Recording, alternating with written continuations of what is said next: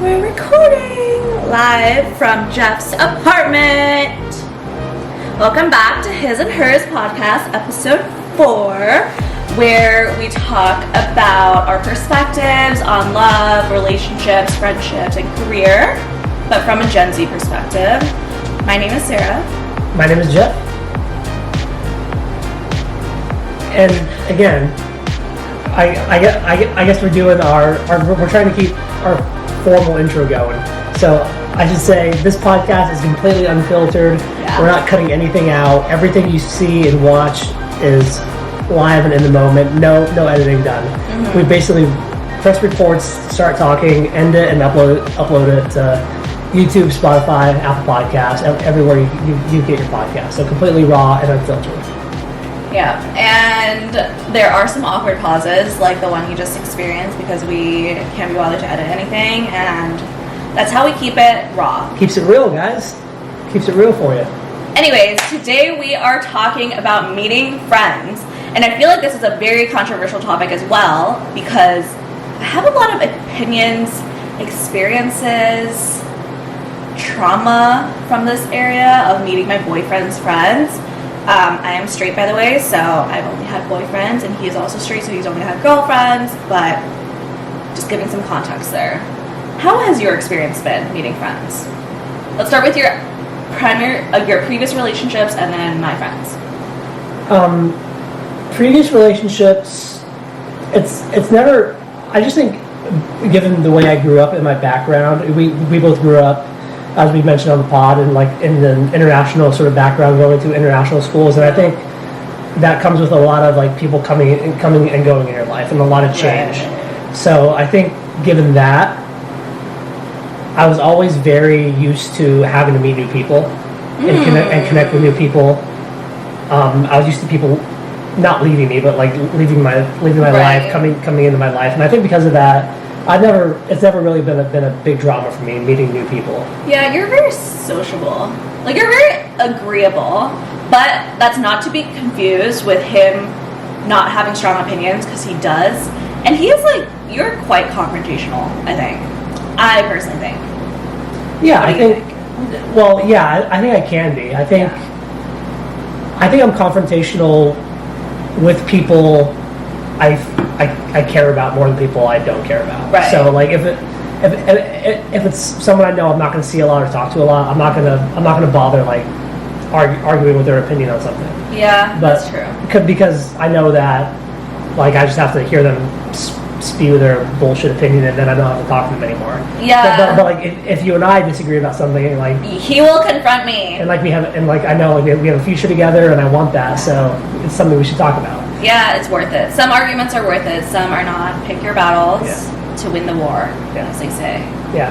As an aside, we know we missed uploading it on Monday, and that may or may not have been because we were in a bit of a spat. A little bit. It was like 20 minutes. We're not perfect. I know we come on, we do the podcast, and we try to give you all advice, but we're not perfect.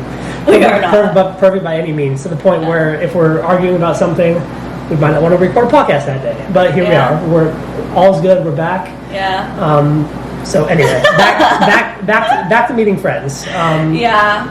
Bringing it on to my experience meeting your friends. Oh yeah.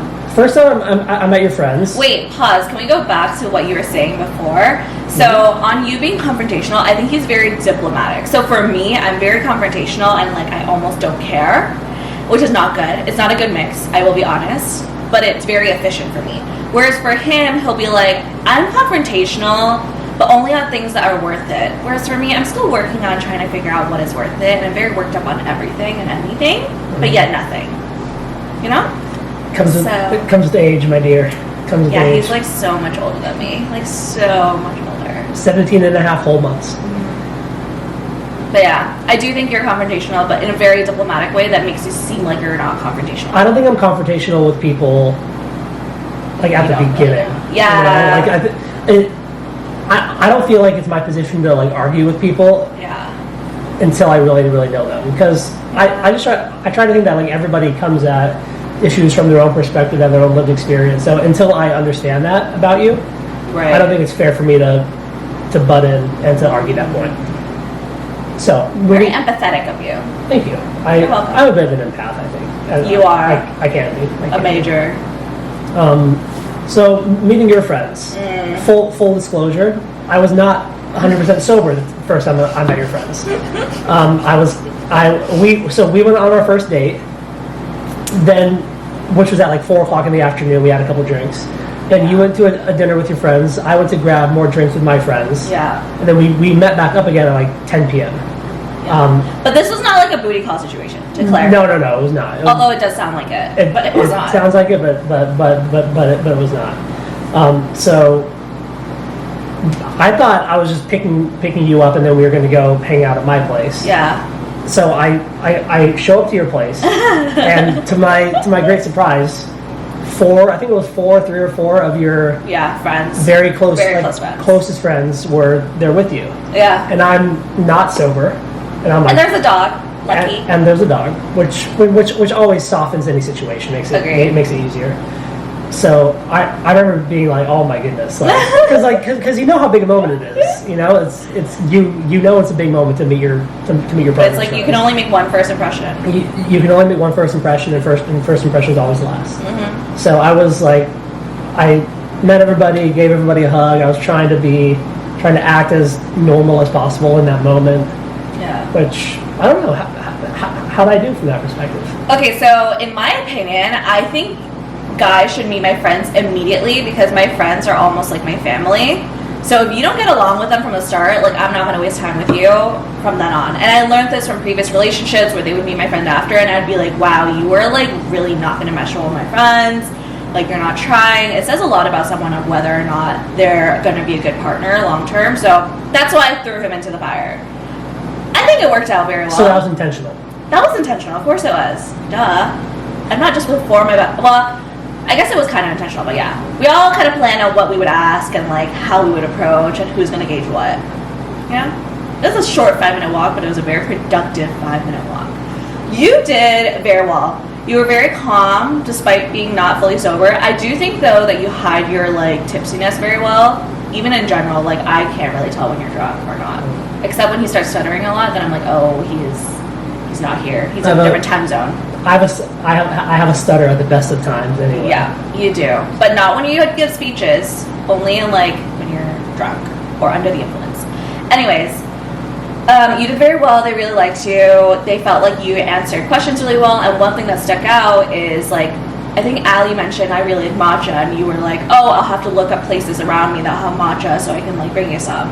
And it was just very thoughtful, and it's kind of like more than expected. So I thought that was very good, and they really appreciate that in you. So it's little things like that they pick up on that you don't think, like you probably didn't think about that comment when you made that, or was that calculated? I mean, you're definitely trying to like show that you care about the person. Yeah. So I'm like everything I was saying, and I think I still kind of do this to a point when I'm with your friends. I still feel like I should show I care about you and show that I take an interest in you. Yeah. Like I don't think that'll ever change. Even though, like I'd go as far now to call your friends my friends to a point.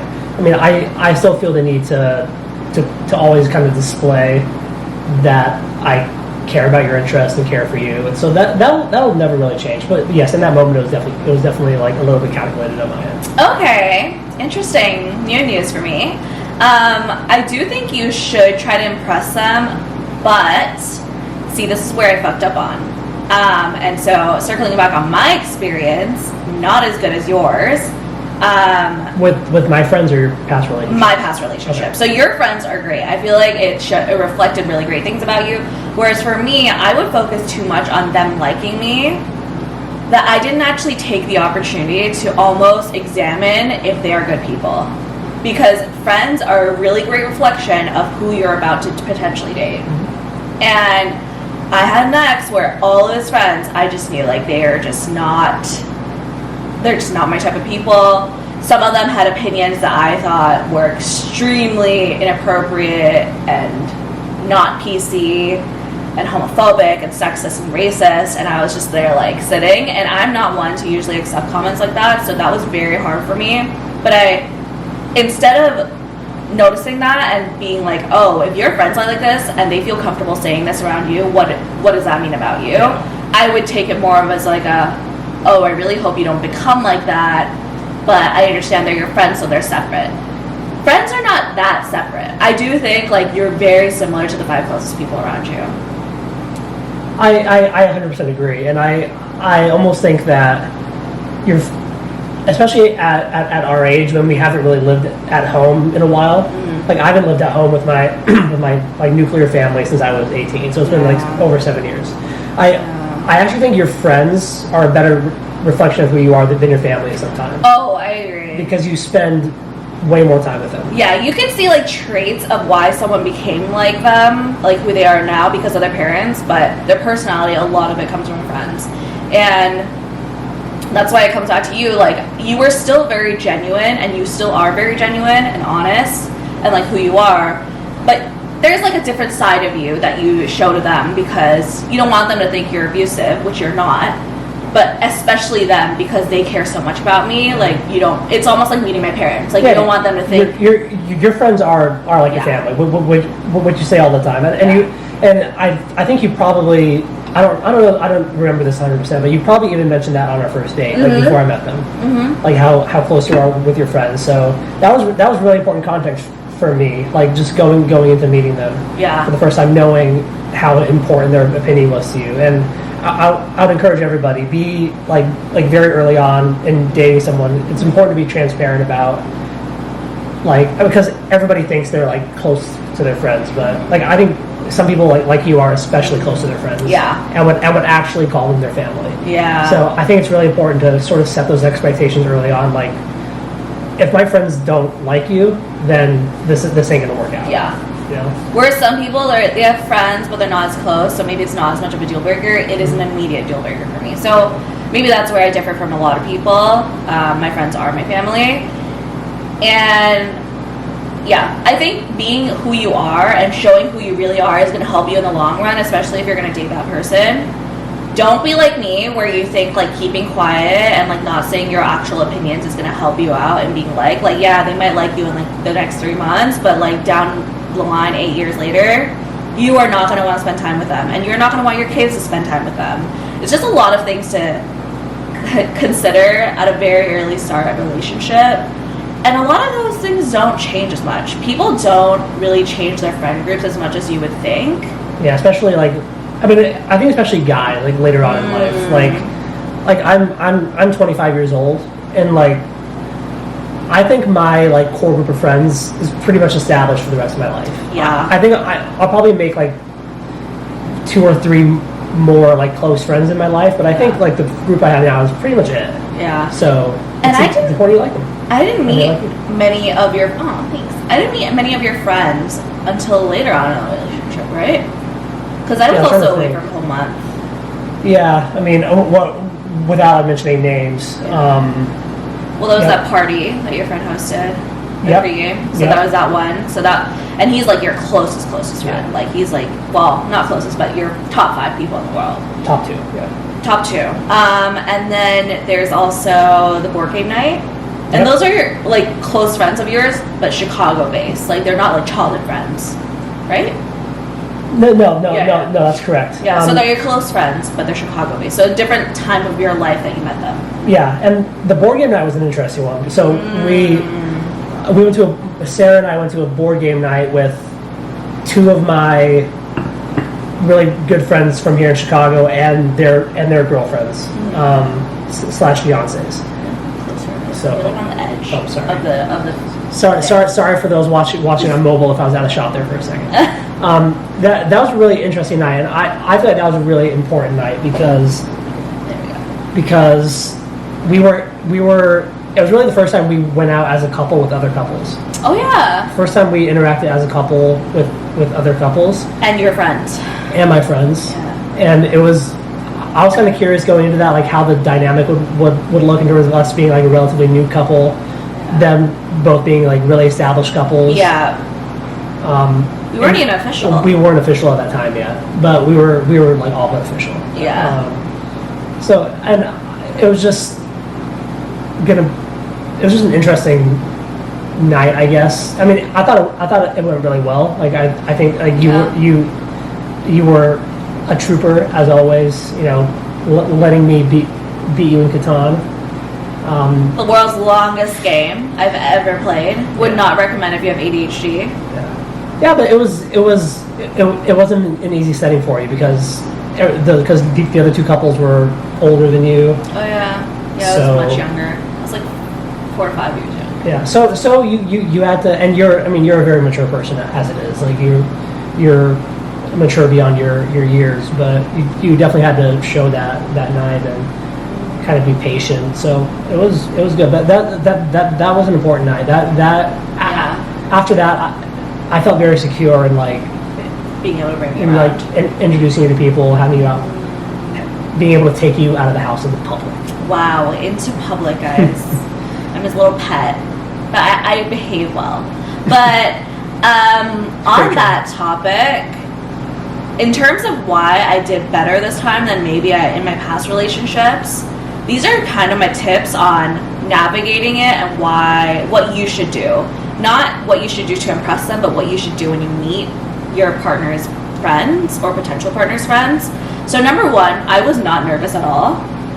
And for the game night? Yeah, I was not nervous at all, and he knew that, and he was actually more nervous than I was, because I went into it thinking I really don't need to impress these people. I don't know them, and if they don't like who I am as a person, like I'm not going to act mean or anything because I'm not a mean person, so I don't need to be worried about that. And I don't make comments that are usually like so controversial that it's going to make people dislike me. So if they don't like me, that's really not on me, that's on them. And that just tells me more information on whether or not I should date you. The second thing is I went to it more like I'm interviewing them. Like, are they really good people? Do they say things that are like sexist, homophobic, racist, the things that I disagree with? Would I be comfortable introducing them to my friends? Because again, like for my birthday parties and parties I host and like pre-games, like I like to have your friends there as well as my friends. Are my friends going to feel comfortable around your friends? That's really important to me. Because there was previously an ex and a lot of his friends were homophobic or felt a little bit like made my friends feel a little bit uncomfortable because they were like hitting on them, and I didn't want that energy around again. And I think the final thing that I did is I tried to find common interests. At the end of the day, like you still want to make an effort, even if you don't mind if they don't like you. Like there's still people, and like you should, if you want to make more friends, like that's how you make more friends, is to try find common interests. So with one of them, I realized like they were in tech sales, and so I can definitely speak to that topic because I work in tech sales. The others like with sports, and it was a bit harder, but like we don't all have to be best friends is also something I've tried to learn. And I've learned that through like tiering my friends by tier 3, tier 2, tier 1 types of friends. And I know that's very operational, but that's just how I function.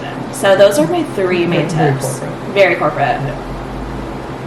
Yeah. No, I think it's right. I think some people think it's like when you meet your partner's friends, people think it's like a one-way like like I got to impress them. I have to make them like me. Right. Whereas it's really a two-way street. Like you should care about them liking you to a point, and you know make them feel like you're worthy of your friend, which is important. But you should also be gauging them because like you open up with them. It's I think probably the main bullet point on this episode. On this topic is that people's friends are a reflection of who they are. So it's really important that you are kind of evaluating them while they're evaluating you. It's not just a one-way street. Yeah. And do remember, you are being evaluated after all. Like my friends are very protective of me, and they will let me know if a guy is not good for me, which is what good friends do. And I hope your friends do the same. And I kind of knew I was like being a little bit like interviewed a little bit sometimes, and that's fine because that to me actually shows them that they're good friends. They genuinely care about you. Yeah. It's actually a good sign. So don't be scared of questions. Thankfully, I think we both passed the test. Yeah, well, I hope I did. I guess I never really asked you. Yeah, you did. I would have told you. I passed it. We wouldn't have gotten this far if you hadn't. Yeah, we would have had a conversation. See, he's confrontational. Back to my point. He would have really told me. He'd be like, yeah, they don't make you comfortable. They don't feel comfortable around you. But I've seen them quite a few times now. They're coming on Saturday. Oh, Sat- I'm meeting a new friend. Oh, yep. I was going to say it. You're probably meeting one of my other really good friends on Saturday for the first time. So That's so exciting. it's time for you to do some interview prep and for him to do some interview prep. Love it. Yeah, we're having a housewarming at my place on Saturday. Been living here for about a month now. Closed last month, and we're just gonna have some friends over, have a little barbecue.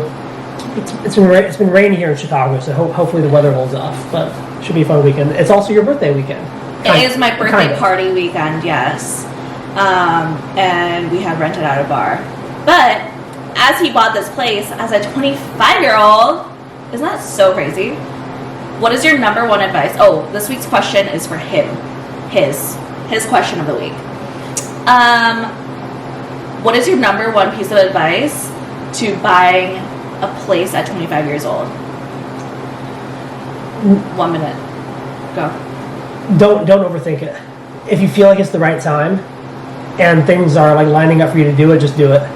No, I think there's a lot of, I think especially with young people, we're like a very like, in big cities especially, we like prefer to rent. It's like a very rent-centric mindset. Yeah. And I would say if you have the financial means, which I'm very fortunate to have had, and I acknowledge that not everybody does, and I'm very, very blessed and very fortunate. But if things line up, if you're able to afford it, just do it. Don't like, interest rates are pretty high right now, but there's never really, if you always wait for the perfect time to do something, you'll never do it because there's never going to be a perfect time. So if you're thinking about it, if you think you can afford it, if it makes sense for you in your situation, get pre-qualified, find a realtor, and just do it. Like it's not a hard process. It's not a hard process. I think people overstate how difficult it is to buy a home. Yeah, you close in like a few weeks, like 3.5 weeks. From when my offer was accepted to when I closed, it was about 5 weeks. Oh. Because there was an extra week. Yeah, which is like they say it takes between 30 and 45 days to close on a property. So I closed in that window. Yeah. Don't overthink it. You can do it. If you're thinking about buying a home, you can do it. I believe in you. It's not but also hard. have some savings. Have some savings. Have some savings. Yeah. Don't spend all your money. Anyways, let us know if you have any advice on buying a place or if you're thinking about buying a place. I definitely am, but not until for a few more years, I think. I want to have a bit more saved up for a nicer place. So financial discussions / expectations as a couple, future podcast episodes. Yeah. Let us know what you want to hear, actually. Let us know. Okay, see you Monday, hopefully, if we don't argue. Even if we argue, we should do it. Yeah, we should. We'll show them our arguments. Yes.